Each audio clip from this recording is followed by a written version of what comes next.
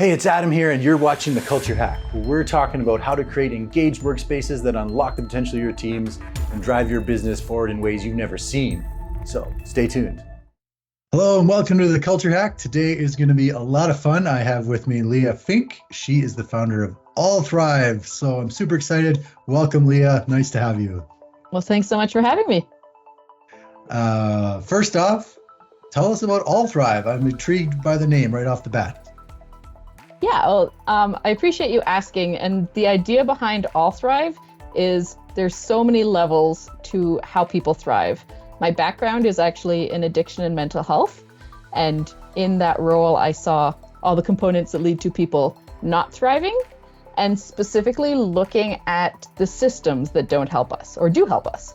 And one of the big ones I saw was how challenging systems in the workplace can be, because there's so many factors, so many different people, but the impact of having a workplace where there's not healthy culture, not great leadership, not only affects people at work, it affects their mental health, it affects the business as people go on stress leave or get burnt out. And then at the end of the day, it also affects all of the families of all those employees who now have maybe a parent coming home stressed or a spouse.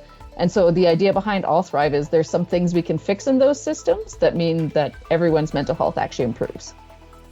Amazing. Yeah, I guess we never think about that cascading effect, right? We spend more of our waking lives with people at work than the people in our families in some cases, right? So yeah, that's pretty wild. Okay, so team culture. I think, the idea is if people are happier and excited to go to work, they'll bring that home, they'll bring that to their communities.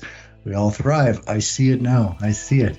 But let's talk a little bit about that. I mean, engagement is a word that's being thrown around, almost cliche nowadays, but what does it mean to you specifically? Yeah, it is a big term. It's thrown around a lot, and I do end up talking about it a lot, unsurprisingly, as I'm sure you do as well. And the piece I really see with engagement, again, it's such a big picture thing. So for example, if we talk about engagement, is usually the employee engagement survey, right? The classic, how we try to see if there is engagement. And the challenge when we look at engagement in the office is it's not just, is this employee as an individual coming in ready, willing, interested in doing the work that's part of their role, but is this a space where they feel comfortable? Not just like psychological safety, if you break it down, has so many pieces, right? It's not just that they feel safe to be there, as authentic as they can be. It's, do they feel safe to learn in that environment? Do they feel safe to be able to ask questions? Do they feel safe to challenge things? You think about how many layers this has. And on top of it, in the workplace, you add some interesting pieces like power. And this is actually something I talk about a lot, especially when it comes to employee engagement, because there are studies now showing that your brain reacts differently to power. When you have less power, when you're an employee and you're talking to your manager, your amygdala activates.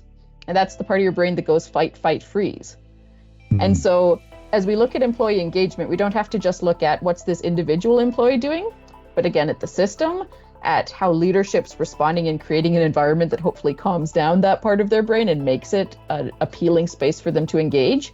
Because to ask someone to engage when they are fearful, when they're worried about losing their job, when they don't feel like this is a space where they can maybe challenge or ask those questions, we're just going to put the blame on this employee and say, oh, that's a bad employee, they're not engaged. Well, look at all these other factors. Why would you want to engage if you were that person, right? What would drive you to that? But we can get to that point, which is really exciting. And I know you do in your work as well. Yeah, to me, it's the ultimate puzzle, It's right? So much. You've got this organization full of whatever, 10, 20, 100, 500 people, and every single one of them has different criteria to be engaged, right? So go ahead. Yeah. Solve that. Right? 100%. Right? But let's talk some stories. Do you have any examples of some challenges that some of your clients have had that you've been able to successfully navigate them through, that some gems you might like to share? Yeah. Well, I'll start, actually, I'll continue on the engagement idea, because this was literally came up pretty recently, was the employee engagement survey, and having someone talk to me about how ineffective it was, because they were a mid-level leader in this case, who was sharing their experience in a bigger project. And they had employees come to them because there was a trusting relationship there saying, I don't want to answer these questions. Like straight up, this question feels like it's a trap. It feels leading. Do I actually believe this is anonymous? What am I going to do? And so some of that work for me was really coming in and saying, okay, well, as we're gathering this information, what have we done to create a situation where you're going to get real information? And that's the first part of my work is we need to find the information. We need to find perspectives from managers and the leadership and the CEO and the executives. Then we need to find the perspectives of employees in a way that they feel able to share. We need to check that information back against their employees before we start making big plans of what we're going to do with it to make sure those plans are in alignment. And then you get a system where people can share those pieces and keep moving forward. And my top goal and what I love getting in organizations too is this piece of, we've done this survey, and this is what happened with this last one. We've done this survey, we got some extra information, we made it safe, and now they actually have systems in place where they can give that feedback in real time. Because there are systems for feedback, there are ways that people are more confident in relationships, they're more confident in that they can now say, instead of every year at the employee engagement survey, hey, our team is really struggling with this, and what are we going to do about it? You know, our communication hasn't been great in this realm, and I don't like that. Or even on an interpersonal level, like I'm having such a problem with this other employee, and instead I'm going to go talk to them and figure things out versus complaining about it on a survey or gossiping with someone else or just not talking to that person. So that's really the transformation that I love seeing, is from this place of I'm scared to even share my opinion, or worried or hesitant, not excited to share my opinion, to I feel like I'm able to address issues and move forward past them. Yeah, you know, I remember I worked for a number of large organizations, and I've done those surveys. And like first survey, you know, no one's more excited than someone in their first 6 months of work, right? Yep. So first survey comes in, I spent like 45 minutes on it. I was, all excited. And then a year later, the second survey or the next year's survey, and that was, literally the only thing that I saw that changed or otherwise. So year number 2, I filled it out 7 minutes. Like, whatever. Like, yeah. But at least I filled it out. I mean, maybe year 10, I just don't even bother, right? Like, it's hard to say. Well, that's I think another challenge you probably see, and this is something I emphasize a lot and work with my clients, is okay, you got this information, you made a plan on how to move forward based on checking our assumptions about what is actually useful for the employees, different levels of management, and then you roll something out. Is how's that been communicated? Because I'm sure that first year, you're totally right. It's always funny watching like first year compared to fifth year compared to 10th year. And the first year you put in all this time, all this effort. I don't know in your organization if you were informed what the changes were or why they were happening or how they would benefit you.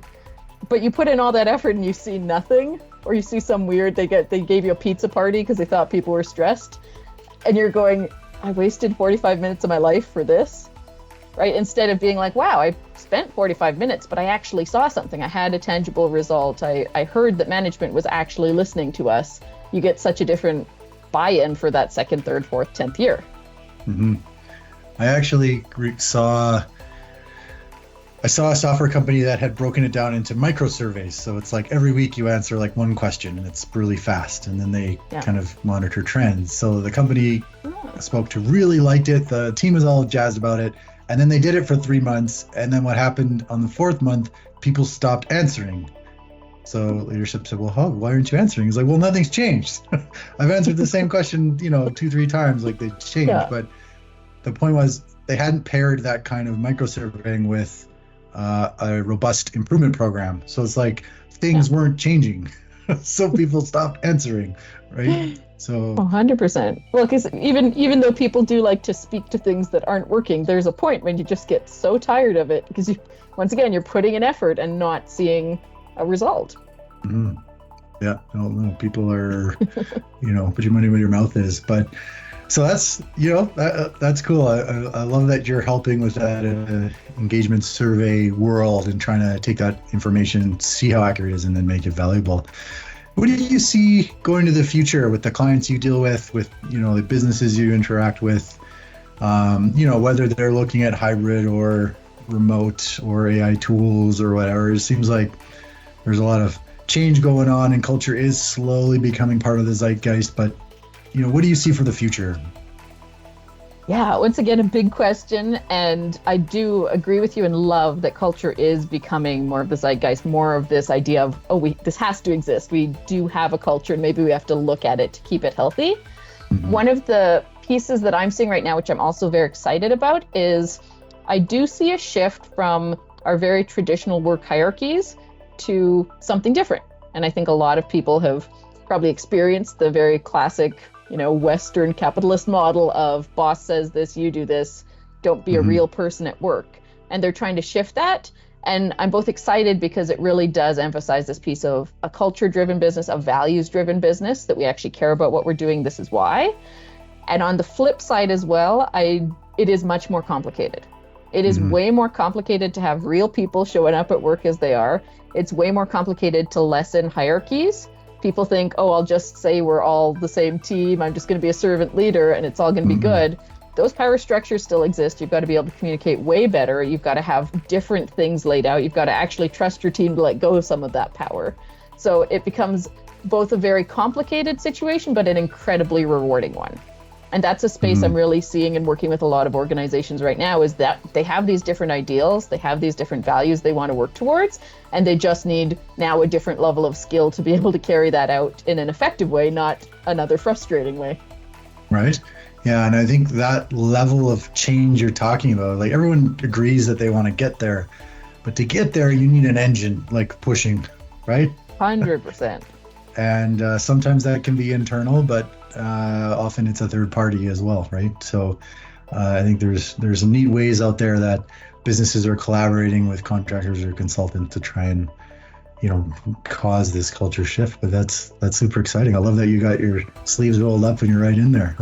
Yeah. Well, and I think too, to speak to leaders really quick, is there's this piece of it was kind of easier to lead in a way too with the really hierarchical systems, because you just said something and someone would do it and there was consequences if they didn't. And with these more complicating systems, also just to leaders who haven't had as much leadership training. Maybe you're leading an engineering firm, you had at least 4 years of engineering schooling, and you had maybe a couple hours on how to be a better communicator and a better leader. Right? So the idea of hiring a consultant not being a shameful thing, but saying, hey, I have great skill in this area, and maybe I need to improve my skill to support my team in this area, is actually also really great to see how many people are embracing that.